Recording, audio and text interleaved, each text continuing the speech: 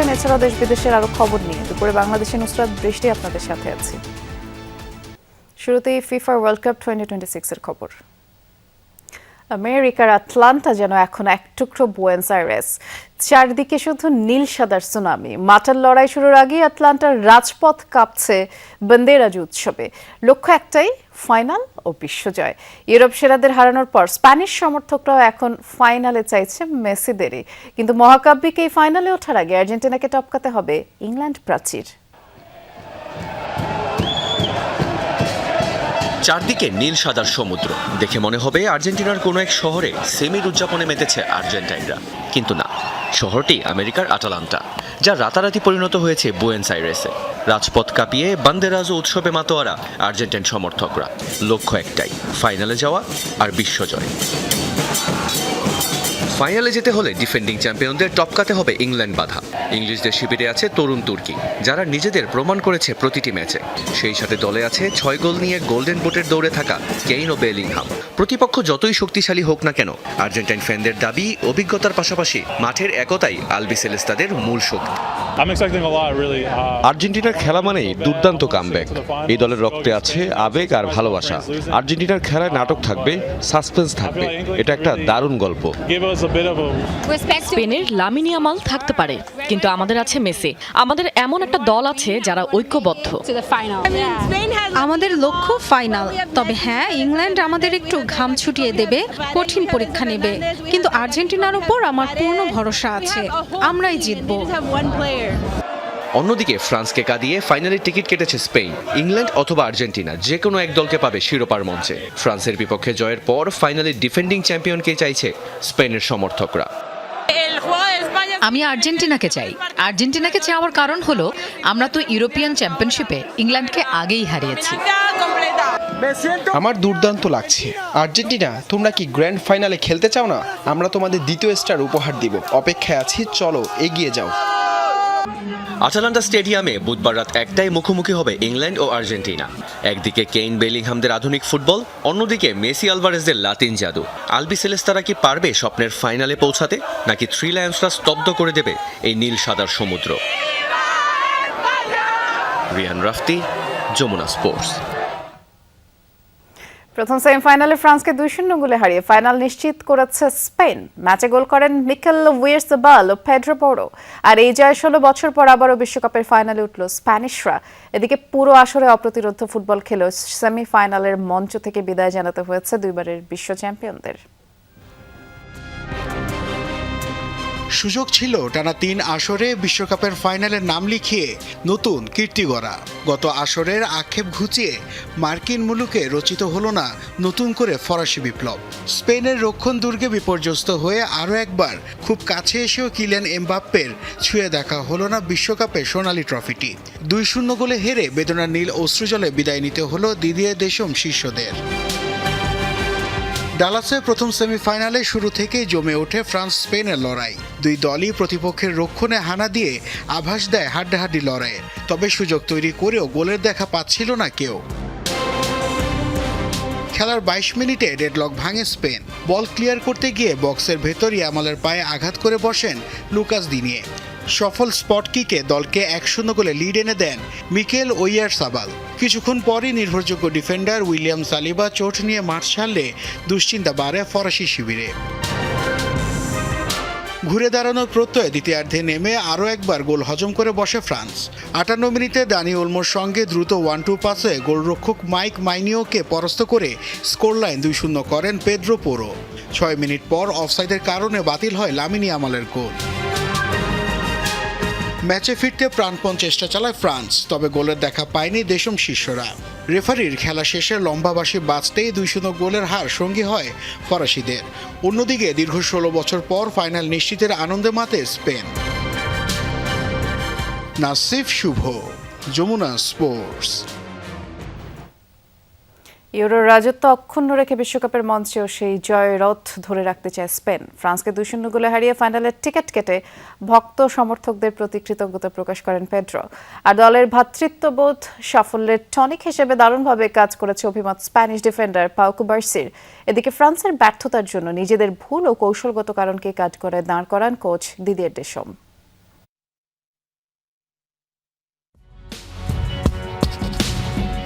স্বপ্নের ফাইনালে ওঠার লড়াই, কিন্তু মাঠের পারফরমেন্সে তা কেবলই এক পেশে গল্প। বিশ্বকাপের সেমিফাইনালে স্পেনের কৌশলের কাছে পুরোপুরি অসহায় আত্মসমর্পণ করল আসরের অন্যতম ফেভারিট ফ্রান্স। 2-0 গোলের হারে ফরাসিদের টানা তৃতীয়বার ফাইনালে ওঠার স্বপ্ন এখন চূর্ণ বিচূর্ণ। ম্যাচ শেষে সংবাদ সম্মেলনে নিজের দলের এই ব্যর্থতা অকপটে স্বীকার করে নিয়েছেন ফরাসি মাস্টারমাইন্ড দিদিয়ে দেশাম। তার মতে কৌশলগত ও শারীরিক দুই বিভাগে স্পেনের চেয়ে ঢের পিছিয়ে ছিল তার দল। এই স্পেন দলটা অত্যন্ত শক্তিশালী এবং মাঠে তারা সেটা প্রমাণ করেছে। অন্যদিকে আমরা আমাদের চেনা ছন্দ থেকে কিছুটা দূরে ছিলাম। আমরা বেশ কিছু টেকনিক্যাল ভুল করেছি যা আগের ম্যাচগুলোতে করিনি। তাছাড়া উইলিয়াম সালিবার চোট এবং আদ্রিয়ান রাবিওতের হলুদ কার্ডের কারণে আমাদের কিছুটা সতর্ক থাকতে হয়েছিল। ইউরোপ সেরার পর এবার বিশ্ব সেরা হওয়ার মঞ্চে স্পেন। মাঠের নিখুঁত নিয়ন্ত্রণ আর আক্রমণাত্মক ফুটবলে ফাইনালে টিকিট কাটল লুইস দে লা ফুয়েন্তের শিষ্যরা। 2010 সালের পর আবারও বিশ্বজয় সোনালী ট্রফি ছোঁয়ার মাত্র এক ধাপ দূরে দাঁড়িয়ে আছে দলটি। সত্যি বলতে আমরা এই জয়টি দেশের সব মানুষকে উৎসর্গ করতে চাই যারা আমাদের জন্য গলা ফাটিয়েছেন। স্কোয়াডের 26 জন খেলোয়াড়, আমাদের পরিবার এবং দেশের মানুষের জন্য এই জয়। এখন আমাদের পুরো লক্ষ্য ফাইনালে। কিলিয়ান এমবাপ্পেদের মতো তারকা খচিত আক্রমণ ভাগকে পুরো ম্যাচে দাঁড়াতেই দেয়নি স্পেনের রক্ষণ ভাগ। ডিফেন্সের অন্যতম স্তম্ভ পাও কুবার্সির মতে পরিবার হিসেবে খেলতে পারাই তাদের সাফল্যের মূল চাবিকাঠি। ফ্রান্স দলে কিছু অসাধারণ বিশ্বমানের খেলোয়াড় আছে, কিন্তু আমাদের দলেও প্রতিভার কমতি নেই। মাঠে আমরা একটা বড় পরিবারের মতো একে অপরকে সমর্থন করেছি। পুরো 90 মিনিট প্রেস করে খেলেছি। দলের এমন পারফরমেন্সে আমি গর্বিত। ইউরোর রাজত্ব অক্ষুণ্ণ রেখে বিশ্বজয়ের মঞ্চেও কি জয়রথ অব্যাহত থাকবে স্পেনের? উত্তর মিলবে শনিবারের দিবাগত রাতের মেগা ফাইনালে। নাসিফ শুভ, যমুনা স্পোর্টস। ব্যাংক খাতে সেবা মাশুল বাড়ানোর পাঁয়তারা চলছে। অন্তত 14 ধরনের সেবার উপর নতুন মাশুল আরোপ করতে চায় ব্যাংকাররা। এছাড়া কিছু কিছু ক্ষেত্রে বিদ্যমান সেবার মাশুল বাড়াতে চায়। এ সংক্রান্ত প্রস্তাব বাংলাদেশ ব্যাংকে পাঠিয়েছেন প্রধান নির্বাহীরা। এটি কার্যকর হলে ব্যয় বাড়বে সব ধরনের গ্রাহকের। পরিচালন ব্যয় বৃদ্ধি পাওয়ায় সার্ভিস চার্জ সমন্বয়ের উদ্যোগ নেওয়া হয়েছে বলেও জানান ব্যাংকাররা। যদিও বিশ্লেষকরা বলছেন এতে ব্যাংক বিমুখ হতে পারেন অনেকেই। আধুনিক আর্থিক লেনদেন ব্যবস্থায় ব্যাংকের বিকল্প নেই। নানা প্রয়োজনেই ব্যাংকের সেবা নিতে হয় গ্রাহকদের। জমানো টাকার নিরাপত্তা ছাড়াও সঞ্চয় কিংবা আন্তর্জাতিক ব্যবসা বাণিজ্য কোনো কিছুই ব্যাংক ছাড়া সম্ভব নয়। কিছু সেবার বিনিময়ে নির্দিষ্ট ফি বা মাশুল নিয়ে থাকে ব্যাংক, আবার কিছু সেবা বিনামূল্যেও দিয়ে থাকে। তবে হিসাব রক্ষণাবেক্ষণ, ঋণ প্রসেসিং ফি, সচ্ছলতা সনদ এবং পে অর্ডার ইস্যুর মাশুল বাড়াতে চায় ব্যাংকাররা। নতুন প্রস্তাব অনুযায়ী সঞ্চয় হিসাব থেকে মাসে 3 বারের বেশি টাকা উত্তোলন করলে মাশুল দিতে হবে গ্রাহককে। এমনি যেটা যাচ্ছে তো যাচ্ছে, আবারও যদি এক্সেস হয় টাকা উঠানোর সময় আবার নেবে এই ধরনের হয়, তাহলে তো অবশ্যই চাপ পড়বে। স্টেটমেন্ট বা ব্যাংক সার্টিফিকেট ওটাতে গেলে তো আমাদের একটা চার্জ কাটে, ওটার থেকে আরও তো ডাবল হলে এখন আমাদের জন্য বেশি প্রবলেম। আমরা ছোট ব্যবসায়ী, আমাদের যে টাকাটা কাটতেছে এটাই তো এক্সেস কাটতেছে। এর উপরে যদি আবার নতুন আইটেম বাড়ায়, এটা আমাদের জন্য ক্ষতিকর। নতুন প্রস্তাব কার্যকর হলে বেকায়দায় পড়বে ব্যবসায়ীরাও, খরচ বাড়বে আমদানি রপ্তানিতেও। বর্তমানে বিনা মাশুলে ঋণপত্র খোলা গেলেও নতুন প্রস্তাবে 2000 টাকা দিতে হবে গ্রাহককে। এলসি সংশোধন ফি বেড়ে হবে দ্বিগুণ। নথি এন্ডোর্সমেন্ট এবং এলসি বাতিলের আবেদনে মাশুল দিতে হবে। রপ্তানি বিল সংগ্রহ এবং ব্যাংক গ্যারান্টি কমিশন বাড়িয়ে দ্বিগুণ করার প্রস্তাব করা হয়েছে। ব্যাংকাররা বলছেন সেবার পরিসর এবং পরিচালন ব্যয় বৃদ্ধি পাওয়ায় মাশুল সমন্বয়ের প্রস্তাব করেছেন তারা। 10 বছর আগে আমার যে রেন্টাল যে ছিল, আমার যে ইউটিলিটি এক্সপেন্স ছিল, আমার অন্যান্য সার্ভিস চার্জ যেগুলো ছিল, আমার এএমসি যেগুলো ছিল, সেগুলো কিন্তু সিগনিফিকেন্টলি বেড়ে গেছে। তো আমার তো কিছুটা তো এটা তো কমার্শিয়াল অর্গানাইজেশন, তো আমার তো কিছুটা হলে আমার কস্ট রিকভার করতে হবে। তো সেই জন্যই আমরা বাংলাদেশ ব্যাংকে আমরা রিকোয়েস্ট করেছি ফ্রম এবিবি যে আমাদের কিছু সবগুলো চার্জ আগে কিছু চার্জ বলেছে যেগুলো আমার একটু রিকনসিডার করার জন্য। বিশ্লেষকরা বলছেন এমনিতেই নানা সংকটে রয়েছে ব্যাংকিং খাত। এমন সময় মাশুল বৃদ্ধিতে ব্যাংক বিমুখ হতে পারেন অনেকে, যা আর্থিক খাতকেই ক্ষতিগ্রস্ত করবে। সুদ বহির্ভূত যে আয়, এইটা বৃদ্ধি করার উপযুক্ত সময় কিনা এটা বিচার বিবেচনা করে দেখা উচিত। ব্যাংক খাত কিন্তু এখন কিন্তু সংকটের মধ্যে আছে, কাজেই যখনই এই ধরনের ফিগুলো বাড়ানোর একটা প্রচেষ্টা নেওয়া হবে অথবা নতুন করে ফি বাড়ানোর প্রচেষ্টা হবে, কিন্তু ব্যাংক খাতের প্রতি বিমুখ হওয়ার প্রবণতাটা কিন্তু বৃদ্ধি পাবে, আর সেক্ষেত্রে কিন্তু ব্যাংকগুলোই ক্ষতিগ্রস্ত আরও বেশি হবে। বাংলাদেশ ব্যাংকও মনে করে মাসুল বৃদ্ধিতে ব্যাংকের প্রতি অনীহা বাড়বে গ্রাহকদের, যা আর্থিক অন্তর্ভুক্তি এবং ক্যাশলেস সমাজ গঠনের পরিপন্থী। তাই ব্যাংকারদের প্রস্তাব অনুমোদনের ক্ষেত্রে সেটিও বিবেচনায় নেবে নিয়ন্ত্রক সংস্থা। বাংলাদেশ সরকার এবং বাংলাদেশ ব্যাংক চাচ্ছে একটা ক্যাশলেস ইকোনমি করতে, যেখানে মানুষের হাতে টাকা থাকবে না, টাকাগুলো আমাদের ওয়ালেটে থাকবে, সেটা এমএফএস এর হোক বা ব্যাংকের হোক। এই সময় যদি ব্যাংকগুলো বিভিন্ন ধরনের ফি বা চার্জ আরোপ করে, সেটা মানে সাধারণ মানুষকে ব্যাংকের প্রতি একটা অনীহা সৃষ্টি করবে। অবশ্যই বাংলাদেশ ব্যাংক এই ধরনের এই আবদারের সিদ্ধান্ত নেওয়ার ক্ষেত্রে কয়েকবার চিন্তা করবে বিষয়টা। সুদ বহির্ভূত আয়ের চেয়ে সুদ আয়ের দিকেই ব্যাংকগুলোর বেশি জোর দেওয়া উচিত বলেও মনে করে বাংলাদেশ ব্যাংক। ব্যাংকের প্রধান আয়ের উৎস হবে loans and advances. Alamgir Hossain, Jamuna news, Dhaka. বছরের শেষ নাগাদ পাচার হওয়া সম্পদ ফিরিয়ে আনার বিষয়ে উল্লেখযোগ্য অগ্রগতি হবে, সংবাদ সম্মেলনে এমন তথ্য জানিয়েছেন বিএফআইইউর প্রধান ইখতিয়ার উদ্দিন মোহাম্মদ মামুন। বলেন, চুরি হওয়া সম্পদ পুনরুদ্ধার ও ব্যবস্থাপনায় আন্তঃসংস্থা টাস্কফোর্স পুনর্গঠন, 11টি অগ্রাধিকার মামলায় যৌথ তদন্ত দল গঠন করা হয়েছে। এ পর্যন্ত 98টি মামলা দায়ের, 9টি মামলায় অভিযোগপত্র দাখিল, 4টি মামলার রায় হয়েছে। জানান, 2024-25 অর্থ বছরে দেশে 31,199টি সন্দেহজনক লেনদেন হয়েছে, যা আগের অর্থ বছরের চেয়ে 74% বেশি। এর আগের অর্থ বছরে এর পরিমাণ ছিল 17,374টি। জানানো হয়, জব্দ করা হয়েছে 76,000 কোটি টাকা, এর মধ্যে 57,000 কোটি টাকা দেশে, 19,000 কোটি টাকা বিদেশে জব্দ করা হয়েছে।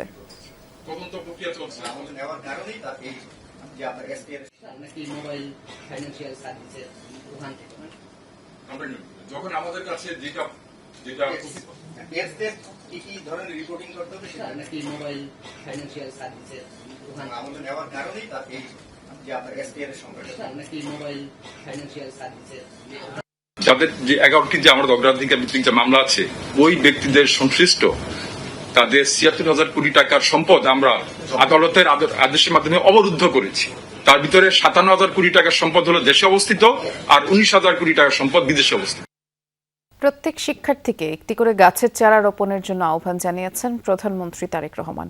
সকালে চীন মৈত্রী সম্মেলন কেন্দ্রে প্রাথমিক শিক্ষা পদক অনুষ্ঠানে যোগ দিয়ে তিনি এ কথা বলেন। শুরুতেই গাছের চারা রোপণ করে অনুষ্ঠানের উদ্বোধন করেন প্রধানমন্ত্রী। এ সময় অনুষ্ঠান স্থলের বাইরে উপস্থিত শিক্ষার্থীদের উদ্দেশ্যে তিনি বক্তব্য রাখেন। ক্রীড়া, সংস্কৃতি বিষয়ভিত্তিক 21 ক্যাটাগরিতে প্রাথমিক শিক্ষা পদক তুলে দেন প্রধানমন্ত্রী তারেক রহমান। সারা দেশে সরকারের নির্বাচনী ইশতেহারের অঙ্গীকার বাস্তবায়নের অংশ হিসেবে শিশুদের প্রতিভা ও মননশীলতার বিকাশে 3য় থেকে 5ম শ্রেণীর শিক্ষার্থীদের অংশগ্রহণে বিভিন্ন প্রতিযোগিতার আয়োজন করে সরকার। উপজেলা পর্যায় থেকে শুরু হয়ে এসব প্রতিযোগিতা ধাপে ধাপে জাতীয় পর্যায়ে অনুষ্ঠিত হয়েছে। এতে দেশের স্কুল পর্যায়ের 2,18,28,693 জন শিক্ষার্থী অংশগ্রহণ করে। বিভিন্ন ধাপ পেরিয়ে নির্বাচিত শ্রেষ্ঠ শিক্ষার্থীদের অনুষ্ঠানে প্রাথমিক শিক্ষা পদক 2026 প্রদান করা হয়। কাতারের সাবেক আমির শেখ হামাদ বিন খলিফা আল থানির মৃত্যুতে একদিনের রাষ্ট্রীয় শোক পালিত হচ্ছে বাংলাদেশে। সব সরকারি, আধা সরকারি, স্বায়ত্তশাসিত প্রতিষ্ঠান, শিক্ষা প্রতিষ্ঠান এবং বিদেশি বাংলাদেশি মিশনগুলোতে জাতীয় পতাকা অর্ধনমিত রাখা হয়েছে। একই সাথে সরকারি সিদ্ধান্ত অনুযায়ী আজ সব ধরনের বিনোদনমূলক অনুষ্ঠানও স্থগিত রাখা হয়েছে। মঙ্গলবার মন্ত্রিপরিষদ সচিব নাসিমুল গনি স্বাক্ষরিত এক প্রজ্ঞাপনে এসব সিদ্ধান্তের কথা জানানো হয়। এতে বলা হয়, কাতারের সাবেক আমিরের রুহের মাগফিরাত কামনায় দেশের সব মসজিদে বিশেষ দোয়া অনুষ্ঠিত হবে। পাশাপাশি অন্যান্য ধর্মীয় উপাসনালয়েও তার বিদেহী আত্মার শান্তি কামনায় বিশেষ প্রার্থনা করা হবে। জাতীয় সংসদের শোক প্রস্তাব গৃহীত হয়েছে। পূর্ব নির্ধারিত রুটিন অনুযায়ী অনুষ্ঠিত হলো এইচএসসি পরীক্ষা। স্বতঃস্ফূর্তভাবে পরীক্ষায় অংশগ্রহণ করেছে শিক্ষার্থীরা। সকালের নির্দিষ্ট সময়ের 30 মিনিট আগেই পরীক্ষার হলে প্রবেশ করে শিক্ষার্থীরা। এ সময় রাজধানীর সবগুলো কেন্দ্রের বাইরে অভিভাবকরা অপেক্ষা করেন। আজ পদার্থবিজ্ঞান, হিসাব বিজ্ঞান, যুক্তিবিদ্যা দ্বিতীয় পত্র পরীক্ষা, ছেড়ে মাদ্রাসা শিক্ষা বোর্ডের অধীনে আরবি সাহিত্য দ্বিতীয় পত্র, কারিগরি বোর্ডের অধীনে ব্যবসা সংগঠন ও ব্যবস্থাপনা দ্বিতীয় পত্র পরীক্ষা অনুষ্ঠিত হয়েছে। আমরা রাজধানীর উত্তরায় বিএনএস সেন্টারের সামনে যাচ্ছি। আমাদের সহকর্মী আখলাকুস সাফা সেখানে অপেক্ষা করছেন। সাফা, পরীক্ষার্থীরা যেহেতু আজ নির্ধারিত সময়ে পরীক্ষা দিয়েছেন, উপস্থিতি কেমন দেখলেন তাদের, আর যদি অভিভাবকদের সাথে আপনার কথা হয়ে থাকে একটু বিস্তারিত করে জানাবেন, বিশেষ করে গতকালকের প্রসঙ্গটি নিয়ে যদি বলি, আজকেও তো তাদের কর্মসূচি রয়েছে পরীক্ষার পর। কর্মসূচিটা কিছুক্ষণের মধ্যে মনে হয় শুরুও হয়ে যাবে। বৃষ্টি, আপনি দেখতে পাচ্ছেন এই বিএনএস সেন্টারের সামনে গতকাল ঠিক সকাল 11:30 থেকে যেখানে অবরোধ করে রাখা হয়েছিল, ঠিক যেই দাবিতে আজও তারা বলছেন তাদের ওই দাবিটা এখনো পর্যন্ত একই রকম আছে। তবে সকালের দিককার কথা আমি আপনাকে বলি, যেমন 10টা থেকে পরীক্ষা শুরু হয়েছে, 1টা পর্যন্ত পরীক্ষা হয়েছে।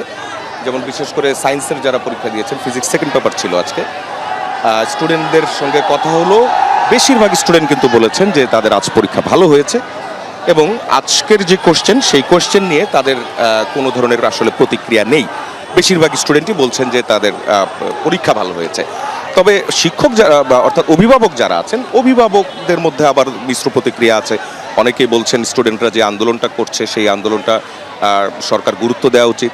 আবার অনেকে বলছেন যে যেই প্রশ্নপত্র এবং পরীক্ষা পদ্ধতি নিয়ে যে কথাবার্তা হচ্ছে অথবা রুটিন নিয়ে যে কথা হচ্ছে সেগুলো আসলে পরিবর্তনের কোনো সুযোগ নেই, সেগুলো সেভাবেই থাকা ভালো। অর্থাৎ মিশ্র প্রতিক্রিয়া। কিন্তু তাদের যে দাবিটা, গতকাল থেকে তারা যেই দাবিতে আন্দোলনটা করে আসছে, সেই দাবিতে যে আন্দোলন, সেই আন্দোলন আপনি দেখতে পাচ্ছেন এখন কিন্তু শুরু হয়ে গেছে। অর্থাৎ রাস্তার ঠিক মাঝখানটাতে তারা যে অবরোধ করার চেষ্টা করছে এবং যদিও এখানে 4-6 লেনের রাস্তা যেহেতু, সো এখনো পর্যন্ত উল্টো দিকের যে রাস্তাটা আমি দেখতে পাচ্ছি সেই রাস্তাটা ওপেন আছে। জলকামান পুলিশের বেরিয়েছে বিএনএস সেন্টারের পাশ থেকে, জলকামানটা আমরা দেখাতে চাই। পুলিশের অবস্থান সেটিও দেখেছি, সকাল থেকে খুব শক্ত অবস্থানেই আছে। জলকামান এবং টিয়ার শেলের ব্যবস্থাও তাদের মধ্যে রয়েছে। তবে পুলিশ প্রশাসনের সঙ্গে যতটুকু কথা বলে জানা গেছে সেটি হচ্ছে যে তারা শিক্ষার্থীদের সঙ্গে কোনো ধরনের বাকবিতণ্ডা অথবা অপ্রীতিকর কোনো ঘটনা হোক এমনটা কোনোভাবেই তারা চান না। এই জন্য তারা শুধুমাত্র স্ট্যান্ড বাই মোডে আছেন, এমনটাই আমাদেরকে তারা জানিয়েছেন। আর এখানকার যে চিত্র আপনি দেখছেন যে এখানের আশপাশের যে কলেজগুলো রয়েছে সেই শিক্ষা প্রতিষ্ঠানগুলোতে কিন্তু অন্যান্য শিক্ষা প্রতিষ্ঠানের যারা স্টুডেন্টরা তাদের এখানে সেন্টার ছিল, তারা এখানে এসে পরীক্ষা দিয়েছেন। অনেকেই কিন্তু অভিভাবকের সাথে চলেও গেছেন, কিন্তু কিছু স্টুডেন্ট তারা এখনো পর্যন্ত রয়েছে এখানে। আমি মোটামুটি 4 থেকে 5টি শিক্ষা প্রতিষ্ঠানের শিক্ষার্থীদেরকে দেখতে পাচ্ছি যারা পরীক্ষা দিয়ে বেরিয়ে এখন তারা আসলে যে গতকালের যে আন্দোলন সেই আন্দোলনটা তারা এখনো পর্যন্ত কন্টিনিউ করে যেতে চান এবং তারা বলছেন যে তারা যে পদত্যাগের দাবি তুলেছেন সেই পদত্যাগ না করা পর্যন্ত তারা তাদের যে আন্দোলন সেই আন্দোলনটা তারা চালিয়ে যাবেন। বৃষ্টি, শুনছিলাম, বেশ বিস্তারিত করে জানাচ্ছিলেন, ধন্যবাদ সাফা। বর্ষা এলেই রাস্তা কাটা শুরু হয়, কারণ ওই সময় অর্থ ছাড়ও শুরু হয়। প্রশাসক চাইলেই রাতারাতি সব বদলে দিতে পারবেন না বলে মন্তব্য করেছেন স্থানীয় সরকার মন্ত্রী মির্জা ফখরুল ইসলাম আলমগীর।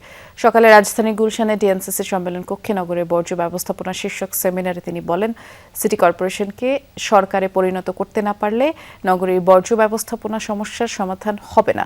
ওয়াসা, বিদ্যুৎ বিভাগ, রাজুক সহ সংশ্লিষ্ট সব প্রতিষ্ঠানের সমন্বয়ে সিদ্ধান্ত নিতে হয়। মন্ত্রী আরও বলেন, জনসচেতনতা ছাড়া বর্জ্য ব্যবস্থাপনার উন্নয়ন সম্ভব নয়। নাগরিকদের নিজেদের রাস্তা ও পরিবেশ পরিষ্কার রাখার দায়িত্ববোধ তৈরি করতে হবে। তিনি মেডিকেল বর্জ্য ব্যবস্থাপনাকে দুর্বল উল্লেখ করে বুড়িগঙ্গা ও তুরাগ নদ রক্ষায় উদ্যোগের কথাও জানান। রাজুকের চেয়ারম্যান মোহাম্মদ রিয়াজুল ইসলাম বলেন, রাজধানীর উন্নয়ন ও বর্জ্য ব্যবস্থাপনায় আরও শক্তিশালী সমন্বিত উদ্যোগ প্রয়োজন। চলে গেলেন, আমাদের মাঝে আছেন এখন। ঢাকায় ঠিক যখন বর্ষাটা আসে ঠিক সেই সময় রাস্তা কাটা শুরু হয়, ঠিক কিনা বলেন? কারণটা হচ্ছে যে ওই সময় টাকাগুলো ছাড় হয়, কন্ট্রাক্টগুলো ওয়াসা ওই সময় দিতে পারে, ফলে ওইগুলো তখন সেভাবেই হয়।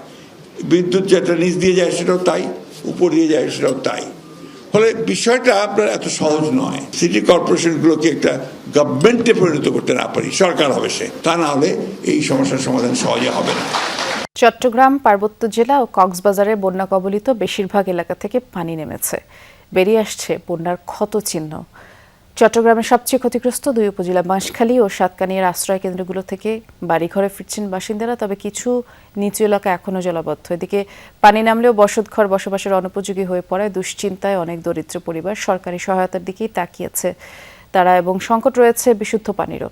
বন্যায় 2 উপজেলার বিভিন্ন সড়কের ব্যাপক ক্ষতি হয়েছে, চলাচলেও ভোগান্তি পোহাতে হচ্ছে। বাজার এদিকে একটা স্রোত গ্যাস আছে, এটা খনন করে বড় করতে হবে, এটা বড় করলে এটা পানি যায় না। এখানে অনেক ঘর ধসে পড়ে গেছে, রোড গার্ডের অবস্থা করুন পরিণতি, বুঝছেন? এখানে এটা বিষয় এখন সরকার থেকে আমরা দ্রুত কামনা চাচ্ছি রোড গার্ড সংস্কার এবং বেড়িবাঁধ, স্থায়ী বেড়িবাঁধ।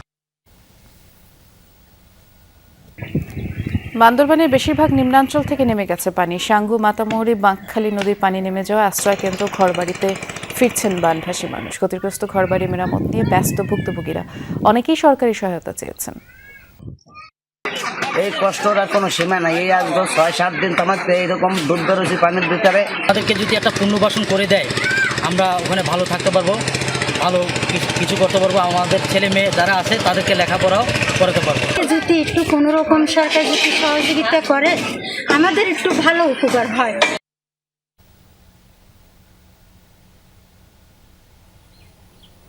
রাঙামাটিতে বেশিরভাগ এলাকা থেকে নেমেছে বানের পানি, তবে কিছু কিছু নিচু এলাকা এখনো তলিয়ে রয়েছে। বাড়িঘর ও সড়ক ক্ষতিগ্রস্ত হওয়ায় দুর্ভোগে বাসিন্দারা। বাঘাইছড়ির সাথে খাগড়াছড়ি দীঘিনালা সরাসরি সড়ক যোগাযোগ এখনো বিচ্ছিন্ন। এদিকে কক্সবাজারেও নিম্নাঞ্চলের বেশিরভাগ এলাকা থেকে পানি নেমে গেছে, তবে চকরিয়া ও পেকুয়ার কিছু স্থান এখনো জলাবদ্ধ। দুর্গত এলাকায় খাবার ও বিশুদ্ধ পানির সংকট রয়েছে। বঙ্গোপসাগরে লঘুচাপ সৃষ্টি হয় দেশের সব সমুদ্র বন্দরে ৩ নম্বর সতর্ক সংকেত দেখাতে বলেছে আবহাওয়া অধিদপ্তর। সকালে এক বার্তায় এই তথ্য জানানো হয়েছে। বলা হয়েছে উত্তর পশ্চিম বঙ্গোপসাগর এবং তৎসংলগ্ন উত্তর উড়িষ্যা, পশ্চিমবঙ্গ এলাকায় একটি লঘুচাপ সৃষ্টি হয়েছে, যার প্রভাবে সমুদ্র বন্দরসমূহ উত্তর বঙ্গোপসাগর ও তৎসংলগ্ন বাংলাদেশের উপকূলীয় এলাকার উপর দিয়ে ঝড়ো হাওয়া বয়ে যেতে পারে। গভীর সমুদ্রে অবস্থানরত মাছ ধরার নৌকা ও ট্রলারকে উপকূলের কাছাকাছি থাকারও নির্দেশ দেওয়া হয়েছে। এছাড়া খুলনা, বরিশাল, পটুয়াখালী, কুমিল্লা, নোয়াখালী, চট্টগ্রাম এবং কক্সবাজার অঞ্চলসমূহের উপর দিয়েও ঘন্টায় ৪৫ থেকে ৬০ কিলোমিটার বেগে অস্থায়ীভাবে দমকা ও ঝড়ো হাওয়া বয়ে যেতে পারে। এছাড়া বৃষ্টি বা বজ্র বৃষ্টি হওয়ার কথাও জানিয়েছে আবহাওয়া অফিস। আরও জানায় এসব এলাকার নদীবন্দরকে ১ নম্বর সতর্ক সংকেত দেখাতে বলা হয়েছে। টানা বৃষ্টি আর উজানের ঢলে তলিয়েছে হাজারো কৃষক ও মৎস্য চাষীর স্বপ্ন। ধীরে ধীরে পানি নামছে আর স্পষ্ট হচ্ছে ক্ষতচিহ্ন। ধার দেনা করে আবাদ করা কয়েক হাজার হেক্টর জমির ফসল পানিতে ডুবে নষ্ট হয়েছে। ভেসে গেছে পুকুরের বিপুল পরিমাণের মাছ ও পোনা। কৃষি বিভাগ বলছে ক্ষতিগ্রস্ত কৃষকদের তালিকা করা হচ্ছে, দ্রুতই তাদের সরকারি সহায়তা দেওয়া হবে। মৌলভীবাজারের কমলগঞ্জের কৃষক সুবিমল সিংহ ১২ বিঘা জমির জন্য আমনের বীজতলা তৈরি করেছিলেন, কিন্তু ধলাই নদীর বাঁধ ভেঙে বন্যায় সম্পূর্ণ বীজতলা নষ্ট হয়েছে। 15 ফুট আলি ফালাইছিলাম, এই আলি তো সব নষ্ট হয়ে গেছে গিয়া। এই আলি দিয়া তো রোয়া আর সম্ভব না। এখন নতুন ভাবে যদি বীজ ফালায়, এই বীজ কই পাইপ হই। একই পরিণতি জেলার হাজারো কৃষকের। বৃষ্টি ও বানের জলে ডুবেছে জমি, নষ্ট হয়ে গেছে অন্তত ৫০০ হেক্টর জমির ফসল, সেই সাথে ভেসে গেছে পুকুরের মাছ। ধানগুলা নষ্ট হয়েছে, এরপরে আবার বীজ দানও পচিয়া এই অবস্থা।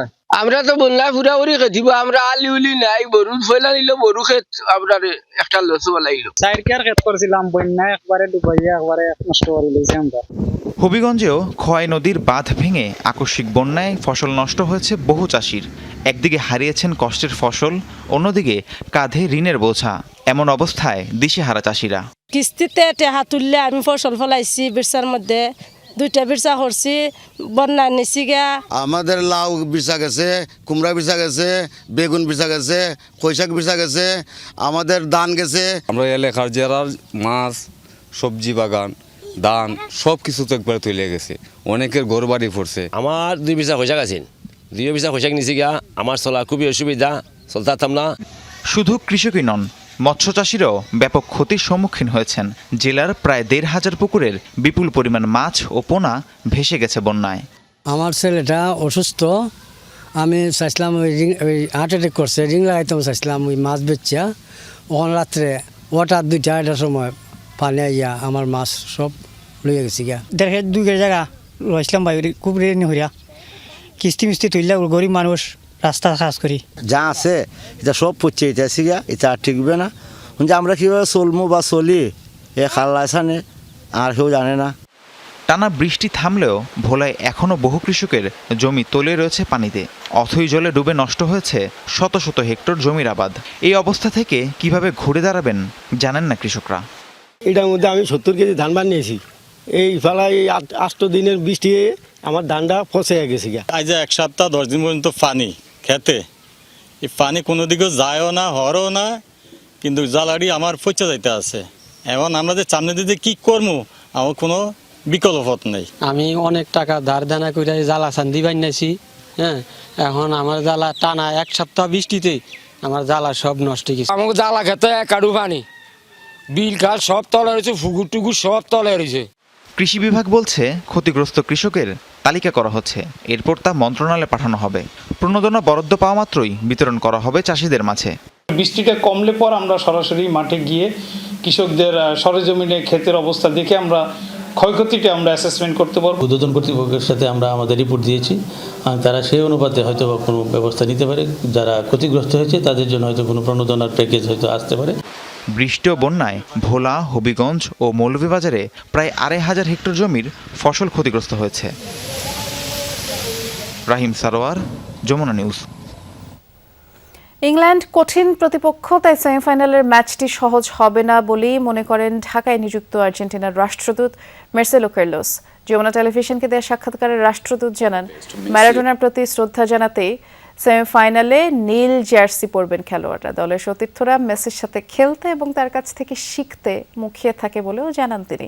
এ সময় ম্যারাডোনার সাথে সাক্ষাতের অনুভূতিও জানান রাষ্ট্রদূত। That who is the best, Messi or Ronaldo? Very easy question. Messi. Far, by far. Yes. হালের দুই সেন্সেশন, মেসি নাকি রোনালদো সেরা, এমন প্রশ্ন অনেকটা হেসে উড়িয়ে দিলেন ঢাকায় নিযুক্ত আর্জেন্টিনার রাষ্ট্রদূত মার্সেলো কার্লোস।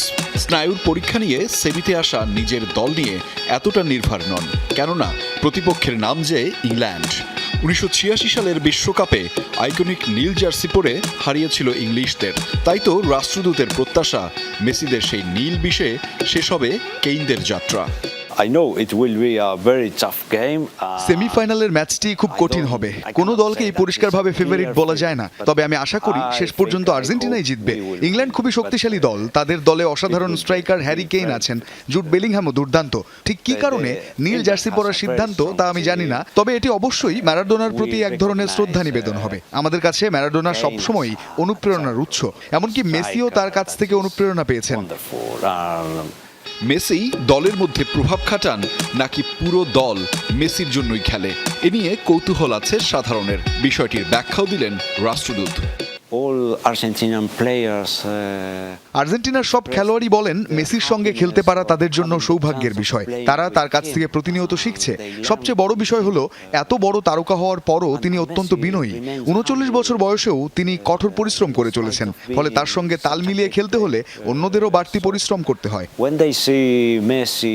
পেশাগত কাজের সময় আর্জেন্টাইন ফুটবল গ্রেট ম্যারাডোনার সাথে দেখা হওয়া স্বপ্ন পূরণের মুহূর্ত বলেও জানান রাষ্ট্রদূত মার্সেলো কার্লোস। 2002 বিশ্বকাপের সময় ম্যারাডোনা জাপানে এসেছিলেন, তখন আমি দূতাবাসে কর্মরত।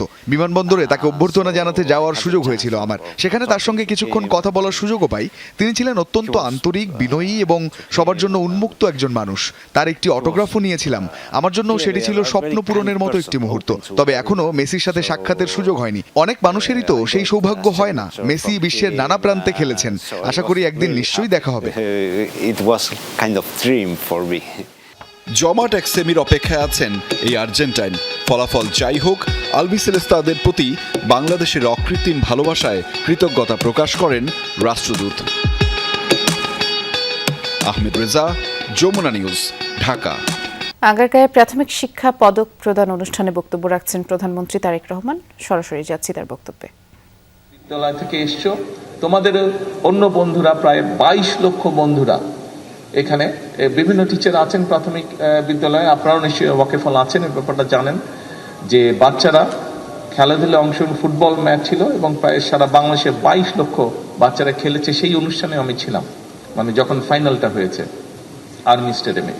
এর বাইরে এই চিন্ময়ী এখানে হলেই কিছুদিন আগে ইনোভেশন একটা প্রোগ্রাম হয়েছে, সায়েন্স ফেয়ার টাইপের, সেখানেও হাজার হাজার বাচ্চারা সারা বাংলাদেশ থেকে পার্টিসিপেট করেছিল। আর আজকে সব কিছু মিলিয়ে মনে হচ্ছে সত্যি একটু হয়তো আমাদের বেগ পেতে হচ্ছে, কিন্তু ইনশাল্লাহ আমরা বাংলাদেশকে একটা সুন্দর দেশ গড়তে যে কারিগরদের লাগে সেই কারিগরদেরকে আমরা গড়ে তুলছি আস্তে আস্তে।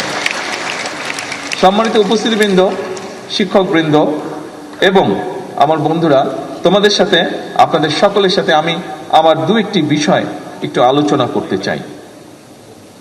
নিশ্চয়ই আপনারা কম বেশি সকলে অবগত আছেন যে আমরা সরকার গঠনের আগে আমরা বলেছিলাম শিক্ষা ব্যবস্থাটাকে আমরা কিভাবে গড়ে তুলতে চায়।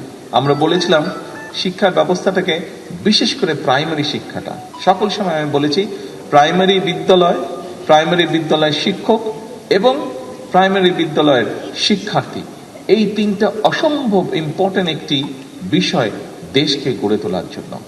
যেমন শিক্ষকদের পাশে এসে আমাদেরকে দাঁড়াতে হবে। আমরা জানি শিক্ষকদের কিছু সমস্যা আছে তাদের, সেটি আমরা চেষ্টা করছি সেই সমস্যাগুলোকে অ্যাড্রেস করতে। একই সাথে আমরা যদি আজকে প্রাইমারি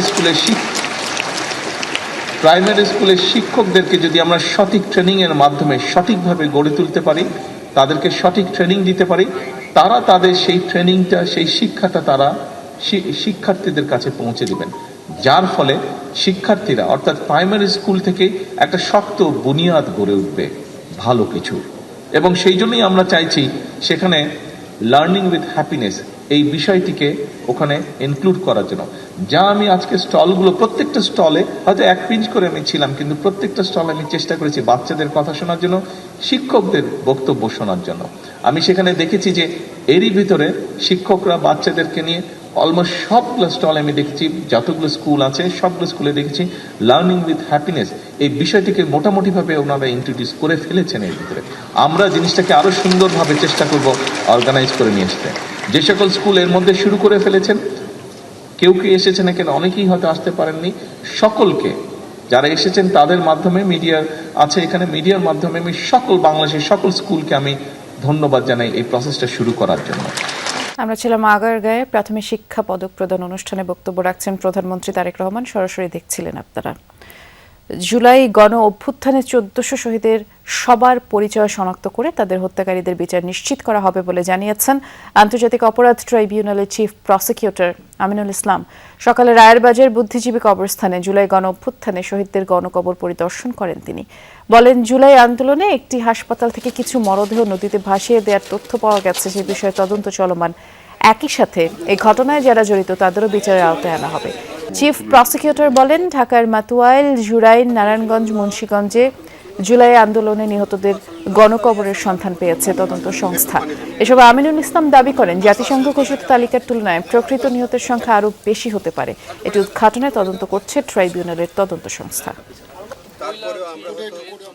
জুলাই শহীদ কয়জন, এইটি আমরা এবং নদীতে ভাসিয়ে দেওয়া হয়েছে কতগুলো, এইগুলি যখন আমরা আপনি যোগফল দেখবেন তখন দেখবেন যে 1400 থেকে বেশি হয়ে যেতে পারে। কিন্তু যেটা জাতিসংঘের যে প্রাথমিক একটা রিপোর্ট ছিল যে 1400 শহীদ, আমরা আমাদের ইনভেস্টিগেশন আমরা ধারণা করছি যে শহীদের সংখ্যা আরও বেড়ে যেতে পারে। স্বাস্থ্য ও পরিবার মন্ত্রণালয় স্বীকৃত 4 বছর মেয়াদী ডেন্টাল ডিপ্লোমাধারীদের পেশাগত নিবন্ধনের দাবিতে সমাবেশ করেছে বাংলাদেশ ডেন্টাল পরিষদ। সকালে শহীদ মিনারে এই আয়োজন ছিল। বাংলাদেশ ডেন্টাল পরিষদের মহাসচিব লায়ন মোহাম্মদ কামাল বলেন, রাষ্ট্র নিজেই 4 বছরের ডেন্টাল ডিপ্লোমা শিক্ষা চালু করেছে, ক্লিনিক্যাল প্রশিক্ষণের পর সনদ দিয়েছে এবং সরকারি স্বাস্থ্য প্রতিষ্ঠানে নিয়োগও দিয়েছে। তবে 10টি কাজের উপর কর্মবিধিও দিয়েছে স্বাস্থ্য অধিদপ্তর। অথচ এই প্রশিক্ষিত জনবল দীর্ঘদিন বিএমডিসির পেশাগত নিবন্ধন ও কর্মবিধি অনুযায়ী সীমিত পরিসরে প্রাইভেট প্র্যাকটিসের সুবিধা থেকে বঞ্চিত।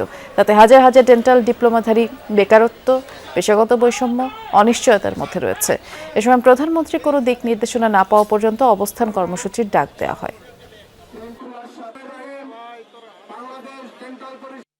আমাদেরকে কেন বঞ্চিত করবেন আপনারা? কেন আমাদের নিয়ে এলার্জি? কাদের এলার্জি? রাষ্ট্রকে সেটা বের করতে হবে।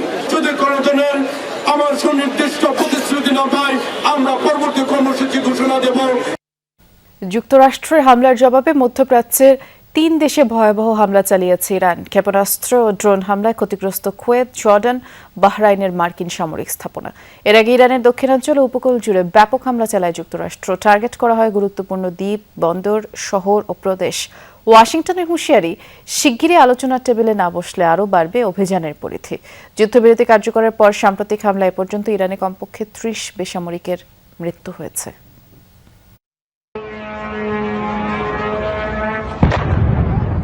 আকাশ প্রতিরক্ষা ব্যবস্থা ভেদ করে এভাবেই কুয়েতের মার্কিন ঘাঁটিতে আঘাত হানছে ইরানের শাহেদ ড্রোন। বিস্ফোরণের পর মুহূর্তেই অগ্নিগর্ভ মার্কিন লজিস্টিক হাব।